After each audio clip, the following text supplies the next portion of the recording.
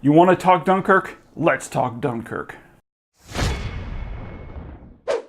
Now, before going into this movie, there were two major things that really put a hindrance on this film for me. Number one, when I found out that Christopher Nolan cast Harry Styles in the film as one of the leads, it really turned me off. I hate it when musicians are cast in movies like this, especially movies like this. I mean, you just know that either the studio or the musician's label and the studio were forcing the director to hire this musician, or studio politics, Hollywood politics made the director cast this musician. I mean, let's face it, most musicians just cannot act. And number two is the runtime. This is well below 2 hours. For a war film, below 2 hours, I don't know, that really was a hang-up for me. But we're going to get more into the running time a little bit later because that's definitely something that needs to be talked about. But when I went to see Dunkirk, all my worries just flew out the window with the opening scene. Go see Dunkirk. It's amazing. It's breathtaking. I was on the edge of my seat many times throughout the course of the film. From the very first scene, from the very first shot, Nolan completely grabs you and doesn't let go. He takes you, he shakes you around, he rattles you. You really feel like you're in the thick of this situation just as much as the characters on screen are. And I was glued to the screen, glued to the film from the opening shot till the last shot. Christopher Nolan has done it again. Now, is it better than some of his past films? I don't know. I'm not sure. The thing is that his past work is a completely different style of filmmaking than this is.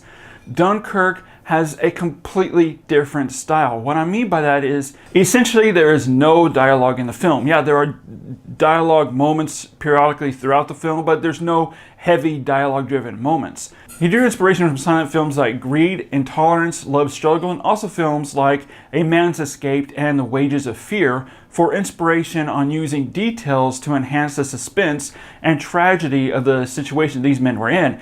He took a lot of different cliches from Hitchcock and used suspense to tell the story instead of dialogue to tell the story. And he used action and suspense to draw us in emotionally rather than dialogue. And because of that, we really don't have that one character to grab onto, latch onto, to take us through the journey, or a small band of men, let's say like Saving Private Ryan, to take us through this journey as most war movies have. Instead, Nolan chooses to focus entirely and contain the film entirely on the situation and the battle. And I'll be honest, that could have been a huge hindrance on the film. At first, it kind of threw me, but when I saw what he was going for and what Christopher Nolan was focusing on, and that was just on this large group of men, I believe it was 33,000 men, trying to just survive on the coast of Dunkirk, and the civilians and the soldiers and the Navy trying to go to rescue these men before they're being slaughtered by the Nazi regime, it worked. It completely worked. And that's all thanks to Christopher Nolan's skillful direction, the editing, and the cinematography, which we're going to get into a little bit later. The film is told through three different viewpoints. On the beach with the infantry, by sea with the evacuation, and also by air. The biggest thing I took away was there was very little or no CG at all. And if there was some CG, I couldn't tell. You cannot tell if there's any CG. Nolan shot this thing reel for real, which gave the film a real sense of intensity, which, guys, we rarely don't have in movies these days. It's all jam-packed of CGI and these action scenes, and you never feel suspense, you never feel emotionality for the actors or the characters in that scene. You don't feel any kind of emotion or suspense for these people because our brains know that this is fake, that this isn't real. When movies are shot reel for real with practical effects, with real boats, real explosions, real jet fighters, your brain knows it, you know it, and it brings so much more intensity, so much more emotion into the film. And that's exactly what Dunkirk does. Now, going back to Harry Styles, as I talked about at the top of this video, I want to talk a little bit about the leading actors in this film. There is star power in this film. You have Tom Hardy, you have Mark Rylance, who just won the Oscar. There is no one defining leading star shot. Instead, the movie uses these actors as real people. You don't have this big Tom Hardy entrance scene where he walks into the room and says, "I'll go get him," or you don't have anything like that. Instead, it's all in tune to the film. They wrap themselves in these characters in this film, and it works. I mean, honestly, I didn't even know Tom Hardy played the jet pilot until at the very end when he took off his mask.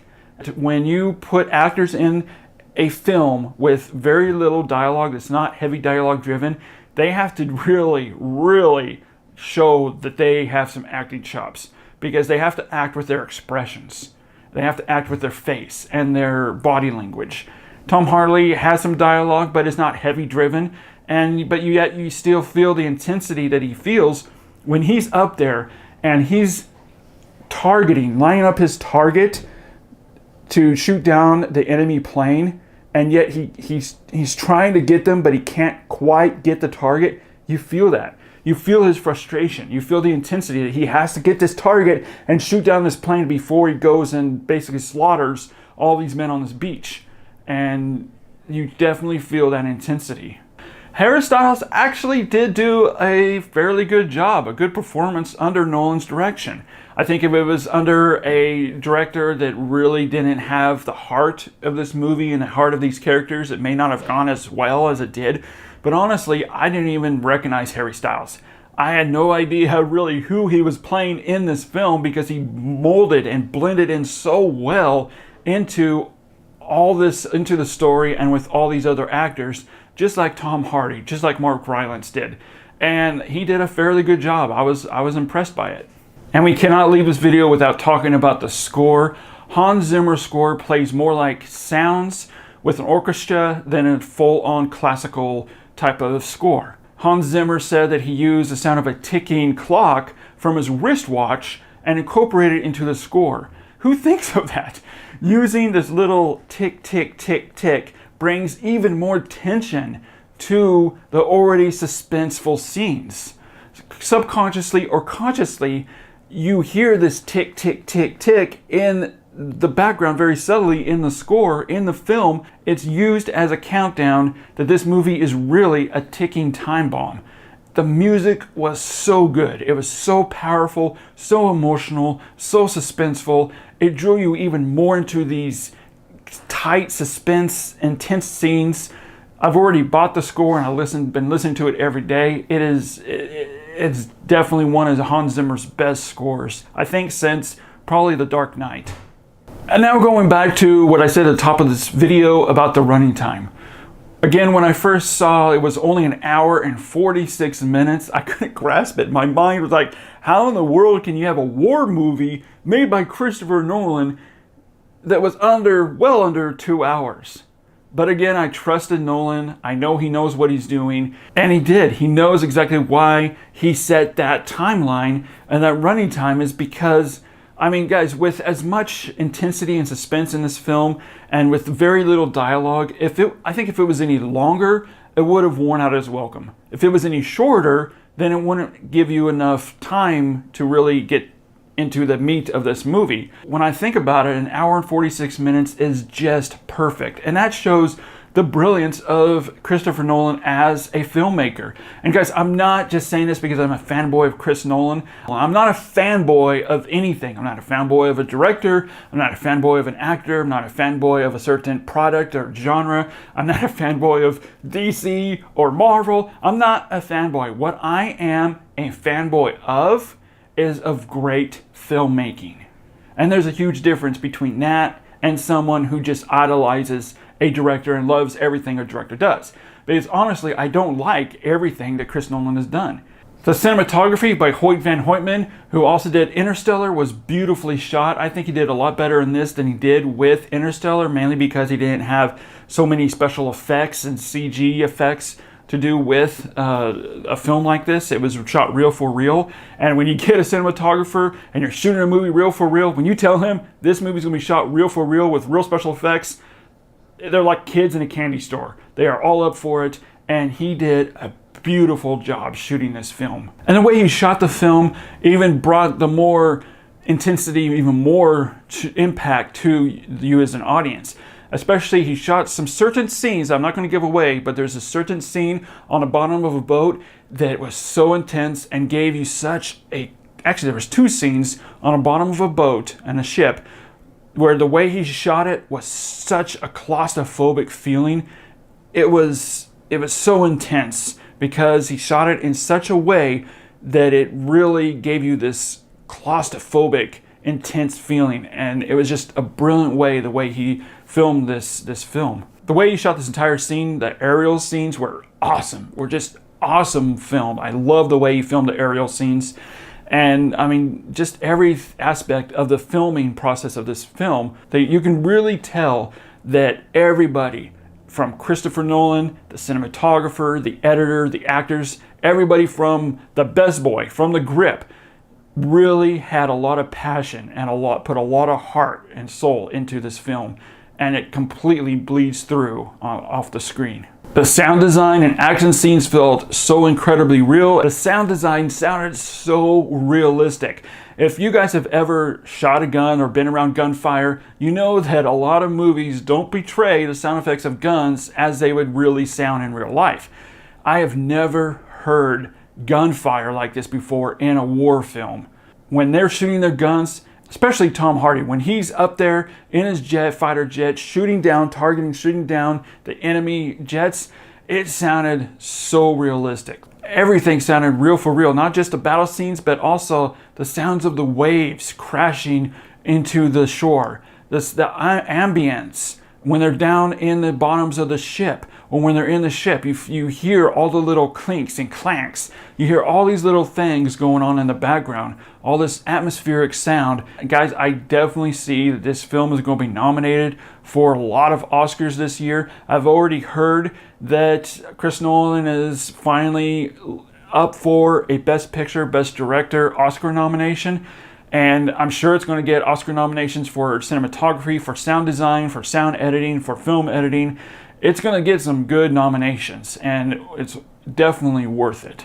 Again, guys, this film isn't about just this one person. It's not about Harry Styles and his journey through this situation, or the small band, again, like I said, Saving Private Ryan. Instead, it's about the situation at hand, where these soldiers are essentially trapped. They have nowhere to go. They have land behind them. There's soldiers that will kill them if they leave. And they have the ocean that if they try to leave, they'll drown. Battleships that are going to rescue them, that are headed towards them, get bombed constantly. There is air infantry all over the place. These men were trapped. They had absolutely nowhere to go. And you definitely feel that. You feel the intensity, the emotion that these men are going through. And this is a film you have to see on a big screen format like IMAX. We saw it on Cinemark XD with Aurora 11.1 sound. IMAX is showing it in Atmos. You have to see it in that because it completely immerses you in this movie and the intensity with the sound and the music and the cinematography. Yeah, it just blows you away. Guys, we're going to give Dunkirk a 5 out of 5. And sure, guys, it's PG-13. It doesn't have all the blood and guts or R-rated war movie has. And the way it's shot, the way it's made with the intensity and the suspense, you don't need it. So don't let it being PG-13 or under 2 hours discourage you from seeing the film. Definitely go see it. Do yourself a favor. Don't miss it. As always, guys, thanks for watching. Hope you enjoyed this review. Let me know down below in the comment section if you saw Dunkirk and what you honestly thought about it. We would love to have a discussion with you guys, and also about Chris Nolan. What's your favorite Chris Nolan film? If you're not a fan of Chris Nolan, if you don't like Chris Nolan, let me know about that too. Why don't you like Chris Nolan? What is it about his filmmaking that you don't necessarily like? As always, guys, thanks for watching. Watch out for my Spider-Man 3 Editor's Cut review that's going to be coming up. And as always, guys, we'll see you in the future.